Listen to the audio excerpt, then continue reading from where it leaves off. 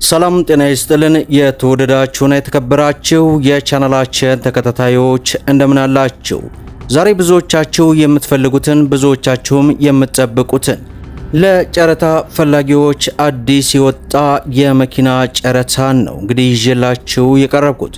በዛሬው ፕሮግራሜ ሁለት አይነት የጨረታ መረጃዎችን ነው በተከታታይ የማደርስና የማስደምጥ ነው የሚሆነው። ለመሆኑ ስለ ጨረታው ዝርዝር መረጃ ምን ይጠበቃል? ምንስ መሟላት አለበት?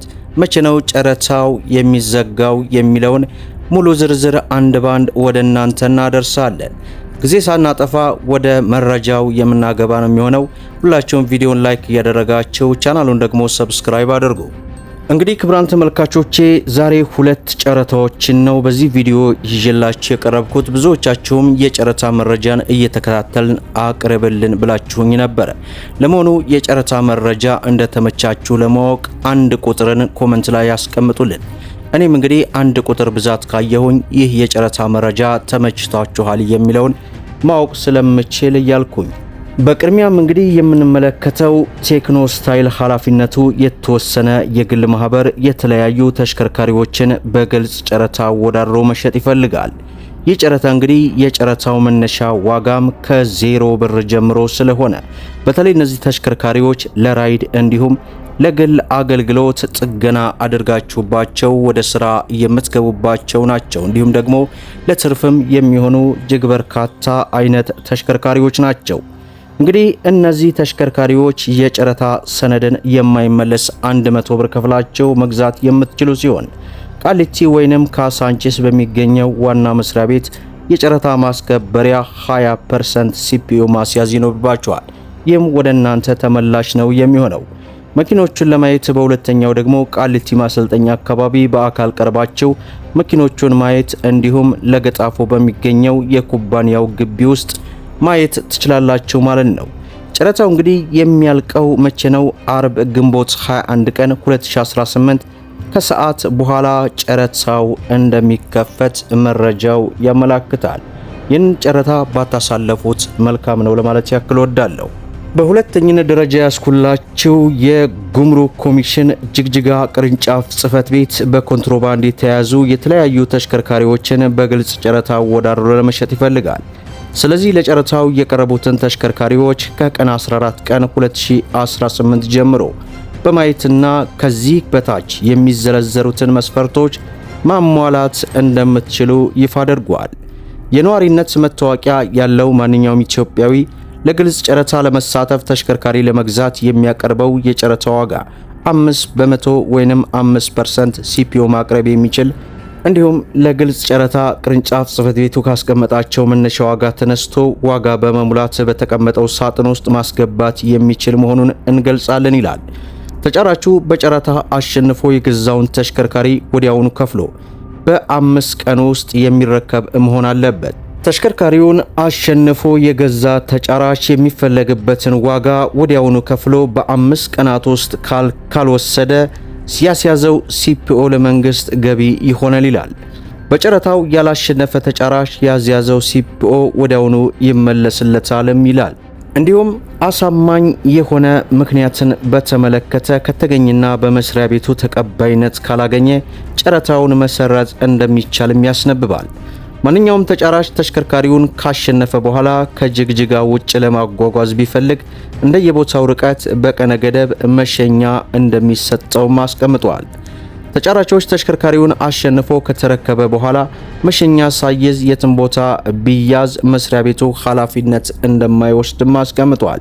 እንዲሁም ተጫራቾች የሞሉትን የግልጽ ጨረታ ሰነድ በቀን 14/09/2018 ከጠዋቱ 2 ሰዓት ጀምሮ በጅግጅጋ ጉምሩክ ቅርንጫፍ ጽህፈት ቤት የዕቃ አወራረድ ቢሮ በመቅረብ በተዘጋጀው ሳጥን ውስጥ ማስገባት የሚችሉ ሲሆን ጨረታው በቀን 18 ማለትም ዛሬ 11 ነው ከ7 ቀን በኋላ 2018 ከጠዋቱ 3 ሰዓት ከ45 ተዘግቶ ወደ ከረፋዱ 4 ሰዓት ተጫራቾች ወይንም ህጋዊ ወኪሎቻቸው ባሉበት እንደሚከፈት አስነብቦናል። እንግዲህ ከጅግጅጋ ጉምሩክ ቅርንጫፍ ጽሕፈት ቤት የደረሰን መረጃው እንግዲህ በግልጽ ስክሪኑ ላይ የምትመለከቱት ነው። በእርግጥ የጨረታ መረጃን እየተከታተልክ አድርሰን እንዳላችሁኝ እኔም እንግዲህ ያው ሰዓት ስለማይመቸኝ ነው ብዙ ጊዜ። አሁን ግን ላደርሳችሁ እንግዲህ ቃል ገባለሁ ለማለት ያክል ወዳለሁ። በተለይ አሁን ላይ እንዲህ አይነት ነገሮችን እየተከታተላችሁና ትርፋማ እንዲያደርጋችሁ ብትፈልጉ መልካም ነው። ምክንያቱም በጨረታ የሚቀርቡ ተሽከርካሪዎች በአነስተኛ ብር ገዝታችሁ የተወሰነ ብር ፈሰስ አድርጋችሁ አየር ባየር እንኳን ብትሸጡ እጅግ ትርፋማ ልትሆኑ ትችላላችሁ። አሁን ላይ እንደምታውቁት መኪናን መግዛት ብልህነት ነው የሚጠይቀው። ምክንያቱም ዝም ብሎ አንድ ሰው አዲስ መኪና ከሚገዛ ይልቅ እንደዚህ አይነት በጨረታ የተዳከሙ ተሽከርካሪዎችን ወደ 4 እንዲሁም 5 ገዝቶ ፏፏፏ አድርጎ ለሽያጭ ቢያቀርባቸው እጅግ በጣም ትርፋማ ነው የሚሆነው።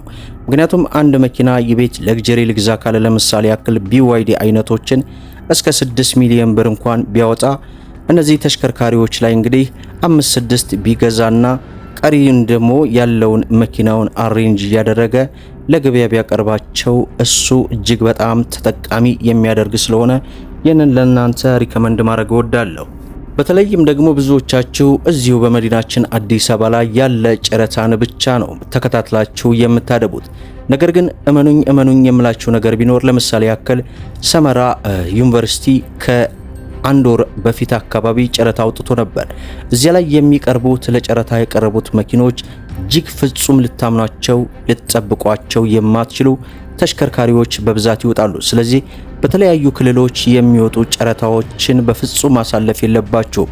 በተለይም ደግሞ ጅግጅጋ እንደምታውቁት በኮንትሮባንድ የተወረሱ ተሽከርካሪዎችን በተደጋጋሚ በየጊዜው በሚባል መልኩ እንግዲህ በየወራቱ ለጨረታ ስለሚያቀርብ አፈንፍናችሁ ብትከታተሉ ለማለት ያክል እወዳለሁ። ምክንያቱም አሁን ላይ ያልታወቀበት ስራና ያልታሰበበት ትርፋማ የሚባለው የጨረታ ተሽከርካሪዎችን ተከታትሎ ገዝቶ ፏ ያደረገ አየር ባየር የሚያውል ሰው እጅግ በአጭር ጊዜ ውስጥ እንግዲህ ሚሊዮነር መሆን የሚያስችል ስለሆነ ይህንን ከግንዛቤ ውስጥ አስገቡ ለማለት ያክል እወዳለሁ።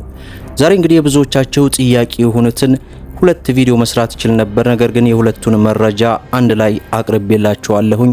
መጀመሪያም እንዳልኳቸው የቴክኖ ስታይል ኃላፊነቱ የተወሰነ የግል ማህበር ያወጣቸው ተሽከርካሪዎች እጅግ በጣም ጥሩ ናቸው። እነዚህን እንግዲህ ቃሊቲ ማሰልጠኛ አካባቢ በአካል ቀርባቸው መኪኖችን ማየት ትችላላችሁ። እንዲሁም በሁለተኛ ደግሞ ለገጣፎ በሚገኘው የኩባንያው ግቢ ውስጥ ገብታችሁም መመልከት ትችላላችሁ። እነዚህን 2 ጨረታዎች ወደ እናንተ አድርሻለሁ። እናንተም ቪዲዮን ላይክ ሼር እያደረጋችሁ ለበርካታ ወንድሞች እንዲጠቀሙ አድርጉ። ስለ መኪና ለማወቅና እንዲህ አይነት መረጃም እንዲደርሳችሁ ቻናሉን ሰብስክራይብ እንዲሁም ኖቲፊኬሽን ማብራቱን አትዘንጉ እያልኩኝ ለዛሬ ያስኩላችሁ መረጃን ይመስላል። እስከ ፍጻሜው ድረስ አብራችሁን ስለቆያችሁ ልባዊ ምስጋናችን እየሰጠን በሌላ ቪዲዮ እስከምንገናኝ ወሰላሙ አለይኩም ወራህመቱላህ።